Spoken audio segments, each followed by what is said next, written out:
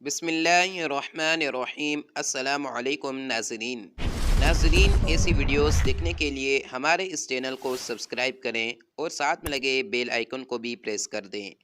حضرت سلیمان علیہ السلام کے دور میں ایک شخص نے ایک خوبصورت پرندہ خریدا۔ وہ جب چہچہاتا تو نہایت دل فریب اور خوش مزاج آواز سے وہ بہت مسرور ہوتا، گویا اس پرندے کی آواز بہت ہی سریلی اور پیاری تھی۔ ایک دن اچانک اس پنجرے کے پاس اسی کے جیسا ایک اور پرندہ آیا اور اپنی زبان میں کچھ باتیں کی اور چلا گیا۔ پنجرے میں موجود پرندہ بالکل خاموش ہو گیا، گویا ایسا ہو گیا جیسے وہ گونگا پرندہ ہے۔ اس کے مالک نے 2-3 دن انتظار کیا مگر پرندہ بالکل خاموش ہو چکا تھا۔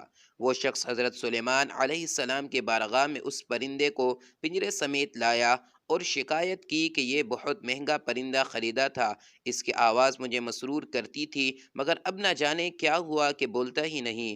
حضرت سلیمان علیہ السلام جو جانور چرند پرند سب کی بولیاں جانتے تھے، اس پرندے سے پوچھا کیا وجہ ہے جو تم خاموش ہو گئے ہو؟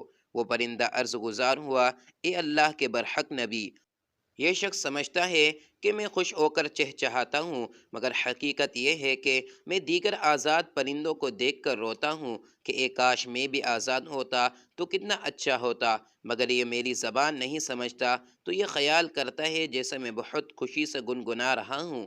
پھر ایک دن میرا ایک ہم جنس میرے پاس آیا اور کہا کہ یہ شخص تیری زبان نہیں سمجھتا بلکہ سمجھتا ہے کہ تو بہت سریلی آواز کے ساتھ خوشی خوشی چہچہا رہا ہے۔ اگر تم اس کی قید سے آزاد ہونا چاہتے ہو تو رونا چھوڑ دو، بولنا فریاد کرنا بھی چھوڑ دو کہ اس پر تمہارے الفاظ اثر ہی نہیں کرتے، کیونکہ یہ تمہارے درد کو سمجھ ہی نہیں سکتا۔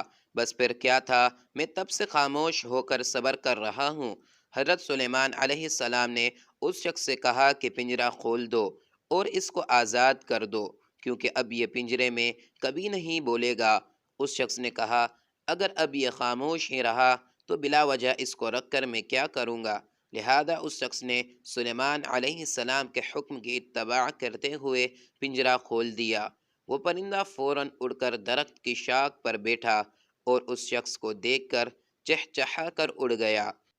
اس شخص نے حضرت سلیمان علیہ السلام سے عرض کی کہ یہ کیا کہہ کر گیا ہے؟